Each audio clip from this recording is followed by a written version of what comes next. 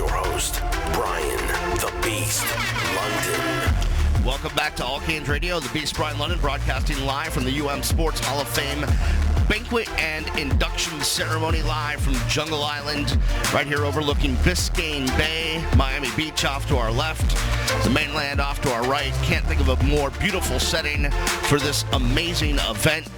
Appreciate Brett Romberg joining us on the show, and now we go back, talk to one of the guys that helped get the baseball program revitalized under Coach Morris in the 90s.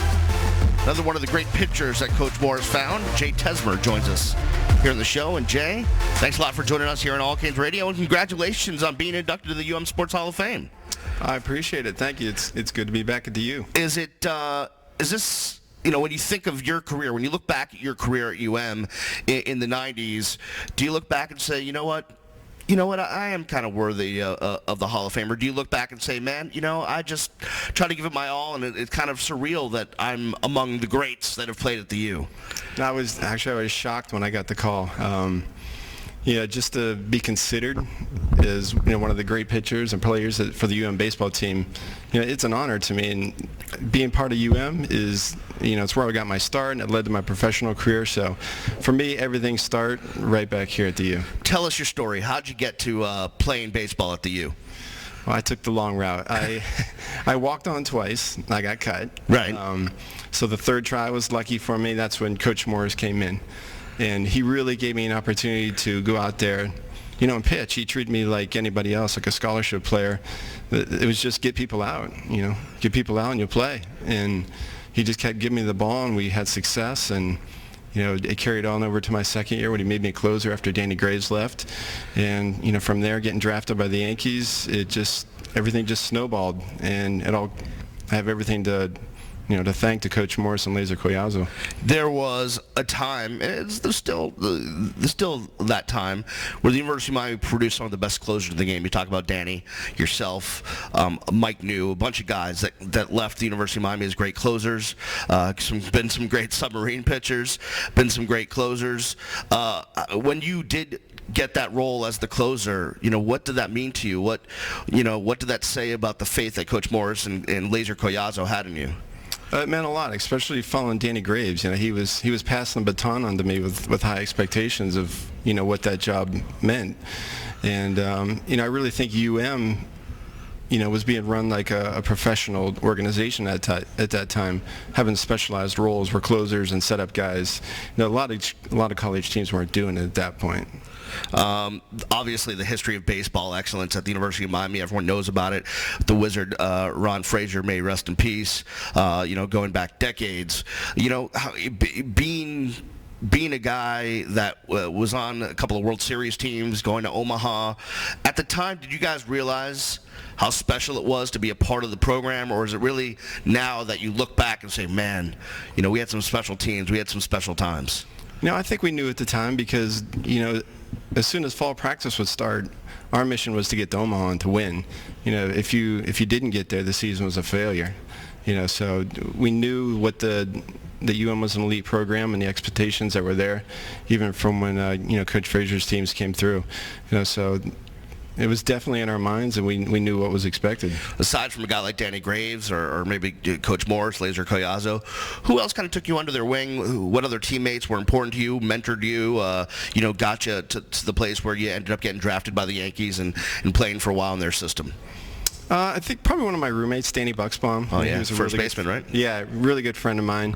And, he had quite a bit more experience coming into UM than I did. And, we ended up being roommates, and he kind of gave me good advice, a lot of, mental advice on how to handle situations. And, I still know Danny. He lives around here in Davie, and we keep in touch. We just talked about the fact that you're not in baseball anymore, and it's such a grind, especially the travel, leaving the family. You've got a small one, I've got a small one. It's tough to leave home, but I take it you're probably a better person for having gone through all those road trips and all those bad motels in the minors and bus trips in the minors, and some pretty interesting times in your life. It's probably made you a better man because of it.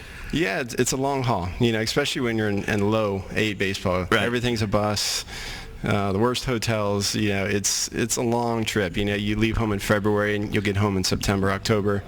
A lot of guys play winter ball. You spend winters in, Puerto Rico, Venezuela, whatever. So it's, everyone thinks it's a glamour life, but unless you're in the big leagues, it's a lot of hard work.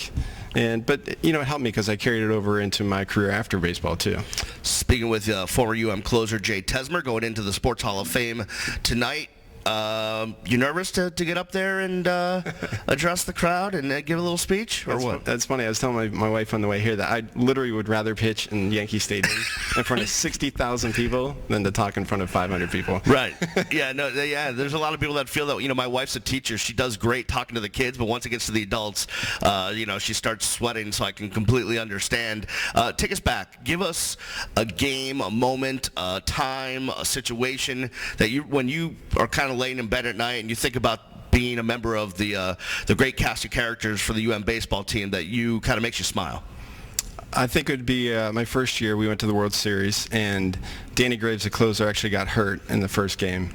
He blew his knee out and wasn't able to close, so I was pretty much thrust into the closer role for the first time in the World Series, I believe against Tennessee. Right. And they had great hitters. Todd Helton was on that team. Sure.